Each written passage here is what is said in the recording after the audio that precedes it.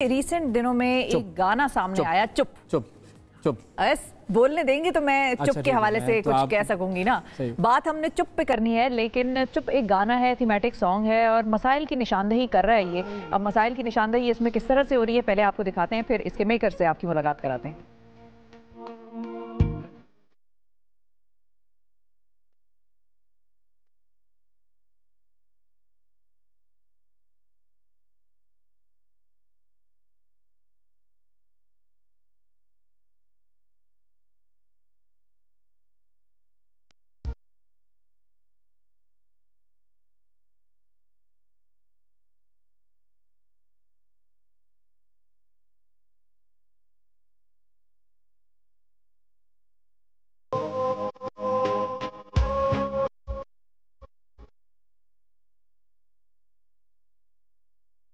ये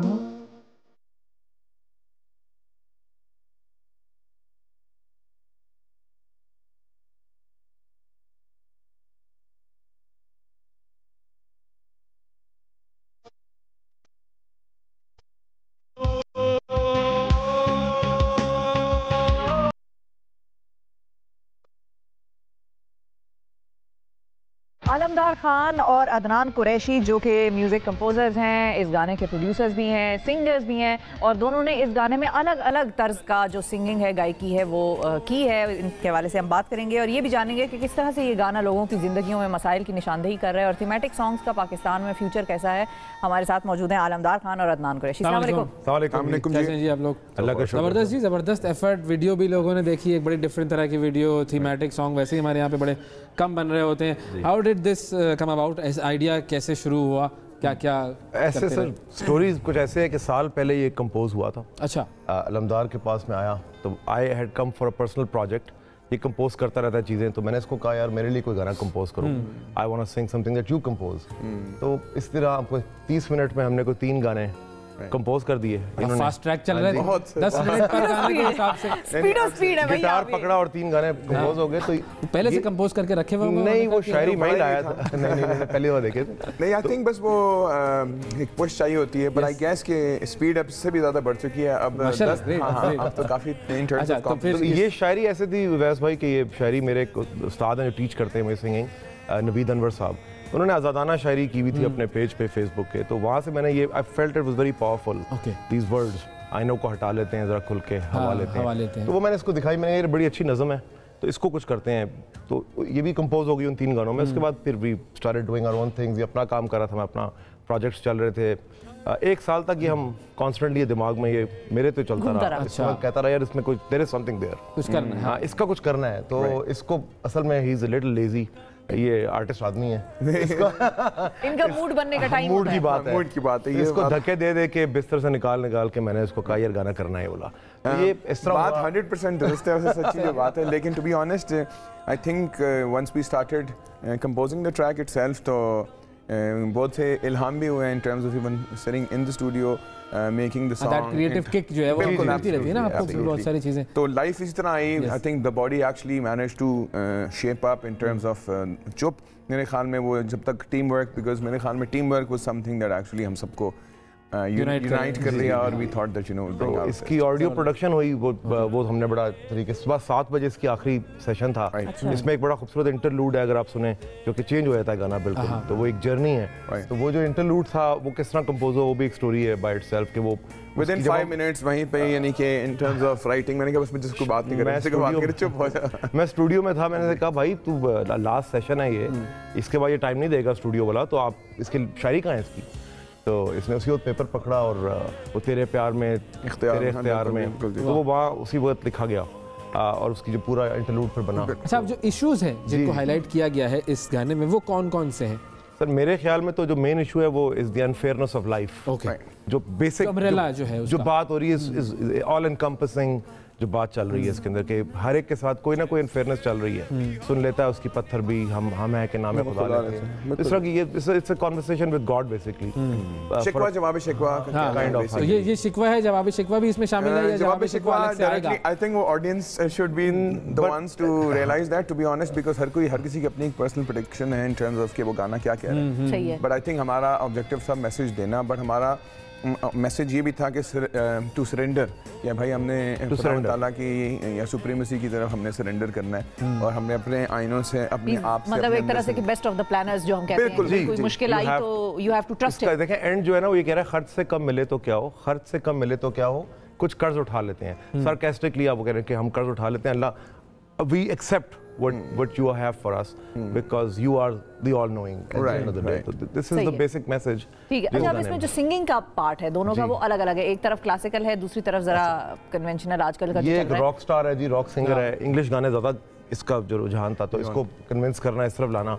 मैं ज़्यादातर क्लासिकल नोटेशन में you know I sing in that tone, so it was a challenge to bring those two voices together, fusion, और ये हुआ नहीं है पहले मेरे ख्याल में, but when we got to the studio, अगर आप ये गाना सुने, और हमारे दोस्तों ने भी यही कहा है कि जब वो सुनते हैं they cannot tell who is singing what part. अच्छा, नहीं तो हम सुनेंगे, लेकिन ज़ाहिर है उस तरह नहीं सुनेंगे, हम इधर भी थोड़ा सा उसका डेमोन्स्ट्रेशन सुनेंगे ताकि जो लाइव का एक्सपीरियंस होता है वो अलग होता है। हमारी ऑडियंस को सब पता होना चाहिए। मुझे नहीं पता कि मैं आप लोगों को बता दूं वैसे कि गिटार इसलिए नहीं, उसकी एक तार टूटी हुई थी, वरना मैं जरूर गिटार हमारे दिल के तार बजना शुरू हो जाएंगे। गॉड्स विल की आवाज ज्यादा बेहतर, अनप्लग सुना देंगे, बिल्कुल बिल्कुल। तो आप शुरू करेंगे।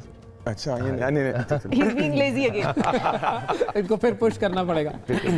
आईनों को हटा लेते हैं, जरा खुल के हवा लेते हैं, सुन लेता है उसकी पत्थर भी, सुन लेता है उसकी पत्थर भी, सुन लेता है उसकी पत्थर भी, हम हैं के नामे खुदा लेते हैं आईनों को हो।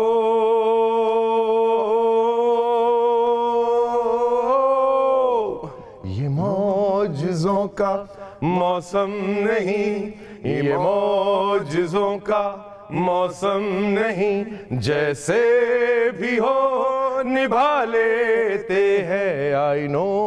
गो, ये तो चलता रहता है। वाह, क्या बात है, जबरदस्त, very good, thank you sir. अच्छा, अब इसकी जो वीडियो है वो भी बड़े ही अलग तरीके से बनी हुई है, इट्स डार्क और इसके अंदर डिफरेंट कैरेक्टर्स सामने आ रहे हैं, अगेन थीमेटिक। वीडियो की स्टोरी भी, वाली बात भी शिफा ने की थी, कितना ज्यादा मुश्किल है ये। वीडियो की स्टोरी भी बड़ी इंटरेस्टिंग है कि वीडियो होना ही नहीं था इसका। अच्छा। हमारे पास पैसे नहीं थे इसके लिए, to be very honest we were out of funds.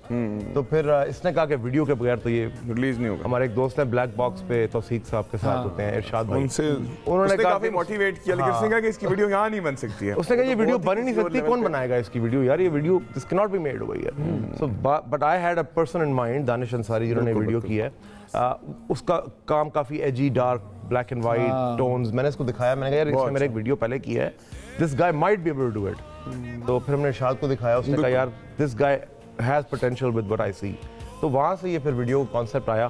फिर वो कॉन्सेप्ट था कि हमने यार दोनों ने अकेले नहीं करना है video, we need people in this, we need faces, we need characters, and then and I think basic video के हवाले से भी बहुत आर्ट बेस्ड है। आपकी बात दुरुस्त है, it's dark but it's the reality, it's the harsh truth, but I wanted human faces, I wanted human expression. अच्छा, ये मॉडल्स नहीं है कोई, ये सारे दोस्त हैं। एंड क्लैरिटी में आपको बता दूं कि बस उस टाइम पर डिविनिटी की तरफ से सब आए हुए थे दोस्त, ये अल्लाह की तरफ से कनेक्टेड होते गए, एवरीबॉडी केम। उस दिन तूफान था जिस दिन हम लोग वाकई बारिश से हमने 18 आवर्स शूट किया था और आखिरी 1 घंटा हमने खड़े हो गए अपने सीन। सुबह 4:30 बजे हमने बैनर्स ने अपने शूट्स आखिर में, क्योंकि वो लोग आ रहे थे जा रहे थे, और उसके 2 दिन बाद मैं ईआर में था वैसे, और ये इमरजेंसी रूम में था 2 दिन बाद डिहाइड्रेशन की वजह से, because it was so intense. लेकिन ये लेबर ऑफ लव है, इसको कह सकते हैं, क्योंकि आपने कहा labour out of fund, so much passion and so much effort, because ये थीमेटिक सॉन्ग्स की एक इंडस्ट्री है, दुनिया में भी बनते हैं, इंडिया में भी हमारे साथ बनते हैं, लेकिन उनको एज ये है कि उनकी मूवीज इतनी ज्यादा नंबर में प्रोड्यूस हो रही होती हैं कि वो अपने थीमेटिक गानों को उन मूवीज का पार्ट भी बना देते हैं, और लोगों में उसकी ज्यादा रीच हो जाती है। पाकिस्तान में अनफॉर्चुनेटली उतना नंबर नहीं है मूवीज का, बनते हैं लेकिन कम है नंबर। तो यहाँ पर थीमेटिक सॉन्ग्स की इंडस्ट्री कितनी फ्लरिश कर सकती है या करेगी, क्योंकि एक म्यूजिशियन को at the end of the day commercial purposes के लिए भी प्रोडक्शंस करनी है। आई थिंक मुझे जो लोगों ने इस गाने को सुनने के बाद ये कहा है कि आप लोगों के पास you had a lot of guts to actually come up with something like this, because this is not mainstream. I don't know इसकी market है नहीं है पाकिस्तान में, तो it's difficult to produce something like this because there's a cost to it. Yes. But ये कि we don't know the viability of it. I hope कि शायद हम भले ही उठा लें। लेकिन मैं एटलीस्ट ये कह सकता हूँ, to be honest, when you start making music for money, God walks out of that womb.